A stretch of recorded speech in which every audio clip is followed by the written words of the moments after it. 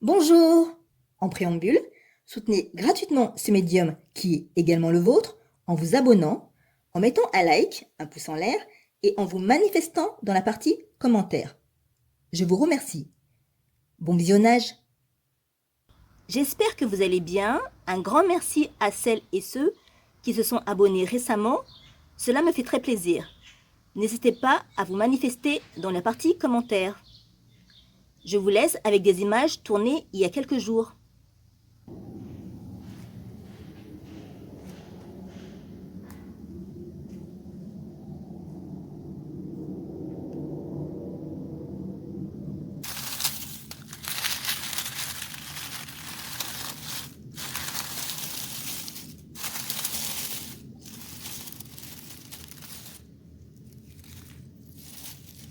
Quand je pense à tous les déchets alimentaires, aux restes des cultures découpés en morceaux, les champignons non comestibles, le BRF, etc. déposés qui ont totalement disparu en surface après 7 mois, un amoncellement recouvert par 2 fois de feuilles mortes, je trouve à juste titre que cette pratique est totalement adaptée et bénéfique pour ma formidable terre argileuse qui est de plus en plus meuble. Je prends soin d'elle et elle me le rend bien.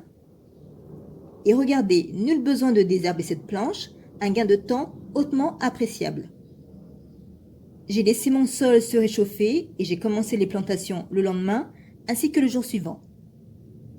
Les micro-organismes hétérotrophes sont le premier maillon de la chaîne microbienne, très utile pour la fertilité de la terre. Avec toutes les couches de matière organique, azotée et carbonée, les 10 micro-organismes ont eu des réserves suffisantes qu'ils ont décomposées et restituées au sol. Ainsi, il a été nourri. En outre, cela a généré des humus. Il n'y a pas que les micro-organismes qui participent à cela, c'est-à-dire les protozoaires, les bactéries, les champignons. Il y a aussi la microfaune, par exemple les fourmis, les colomboles, la mésofaune, la macrofaune, vers de terre et les limaces. Et oui, elles sont extrêmement gênantes, mais elles permettent également de dégrader la matière organique. Et enfin, la mégafaune, telle que le campagnol ou la taupe. Vraiment, regardez ma vidéo, je sais que je me répète, sur ma méthode efficace de compostage en surface. Elle vous sera utile pour l'automne prochain.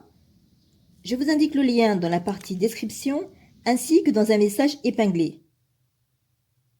Et comme vous le savez, pour mener à bien son jardin potager, il faut toujours penser à anticiper.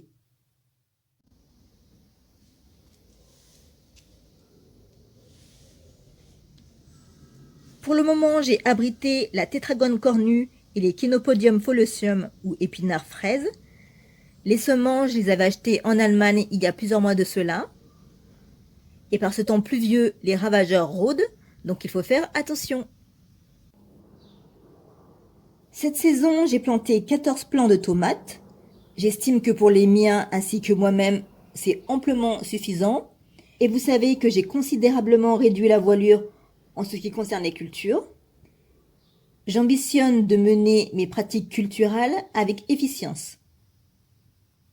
Comme variété, il y a l'indispensable Green Zebra. J'adore son goût, ainsi que des tomates cerises et d'autres que je détaillerai ultérieurement. J'estime que mon sol a été suffisamment nourri en amont, donc lors de la plantation, je n'ai absolument rien ajouté d'autre dans le trou. Et je pense que l'excès est une mauvaise chose, car il peut nuire. Depuis plusieurs semaines, je suis en train de réaliser une expérience avec 2 plants de tomates que j'ai surnommés tête de chat.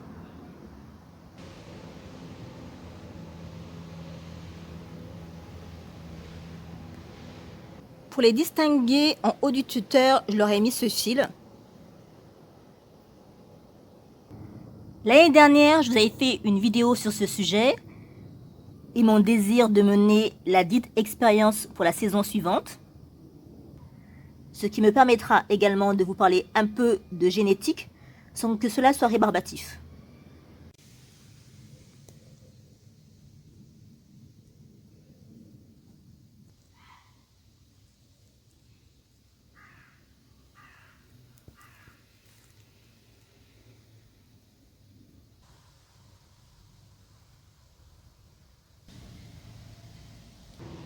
Il me reste encore plusieurs sacs de broyat à étaler au potager. Un paillis organique que j'ai eu la chance d'obtenir gratuitement, une fois de plus.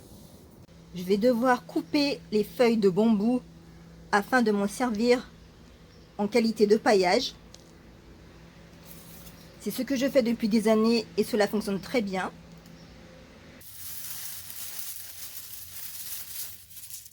Cette couche plus azotée se décomposera très vite.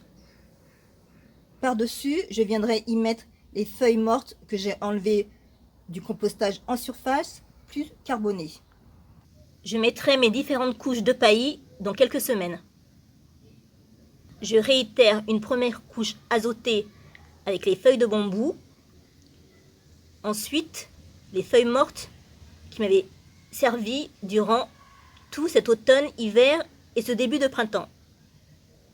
Je vous avais montré les premiers plants de betteraves que j'avais repiqués.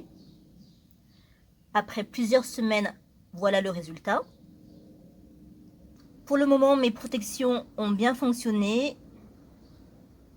Ils n'ont pas été trop attaqués par les escargots. En revanche, comme vous le savez, les limaces vivent dans le sol. Donc j'ai veillé avant le repiquage à en enlever un maximum. Et mon travail a porté ses fruits. J'ai poursuivi mon repiquage de betteraves. J'avais semé 2 variétés.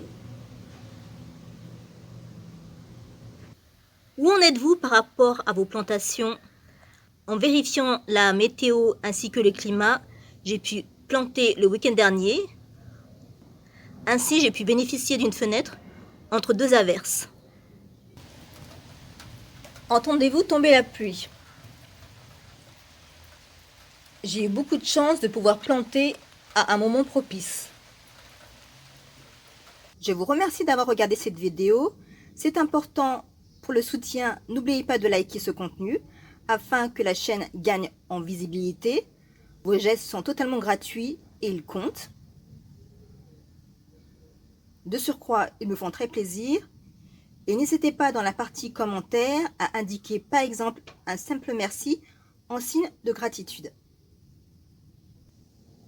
Agréable culture au jardin potager. Prenez soin de vous et à bientôt.